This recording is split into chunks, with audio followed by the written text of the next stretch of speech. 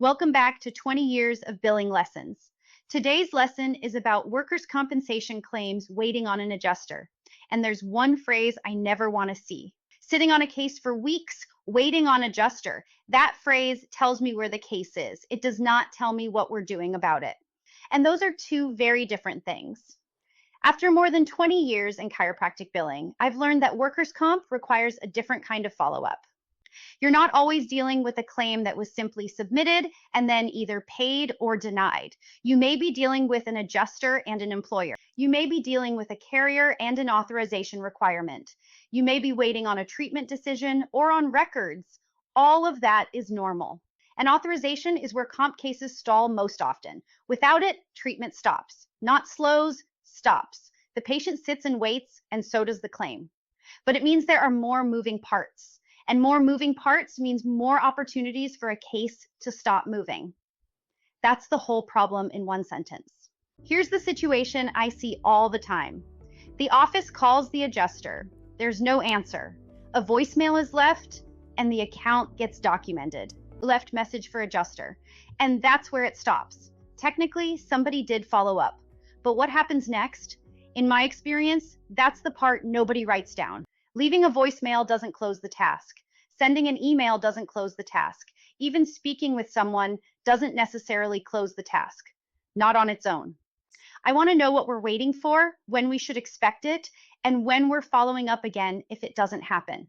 Otherwise, the case sits. Waiting on workers' comp isn't specific enough for me.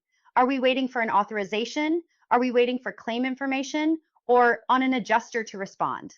Are we waiting on a treatment decision? On documentation someone requested, or on payment for a bill we already sent?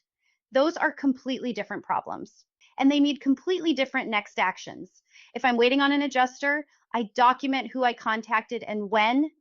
I document what I asked for, and I document exactly what I was told.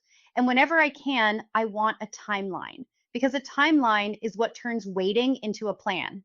If someone tells me they'll review something by Friday, I don't want that case disappearing into a note somewhere. I want a follow-up action after Friday. And sometimes you just don't get a response. That's where consistent follow-up matters. Call again, use whatever contact method that carrier actually supports. Then check your own file. Verify you have the right adjuster and contact information. And when it's appropriate, find out whether there's another contact at that carrier or an escalation path. One unanswered voicemail should never be the end of the workflow. This comes back to the same two questions you've heard all through this series. What is this claim waiting on? And who owns the next step? For workers' comp, I'm adding a third question. When are we touching this case again? Because waiting still needs a date on it. Otherwise, it isn't a plan. This is exactly why workers' comp gets its own workflow in JRC billing tools.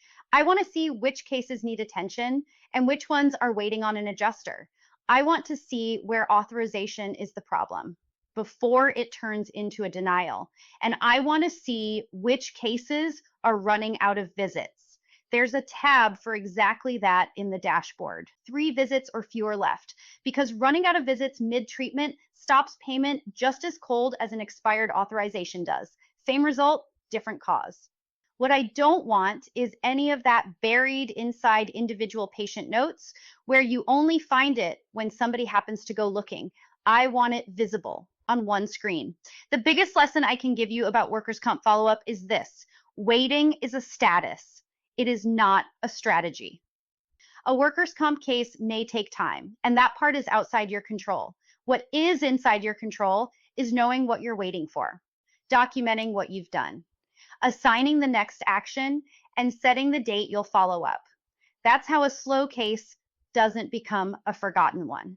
If you'd like to see how I organize workers' comp follow-up, there's an interactive demo waiting for you at jrcbillingtools.com. You don't need an account, and it opens right on your phone. I built it around the way I actually work a case every single day. Nothing theoretical. Know what's waiting, know who owns it, and know when you're touching it again. Better workflows create better collections. That's the whole idea behind all of this. I'll see you in the next 20 years of billing lessons. Take care, and I hope this one saves you a case or two.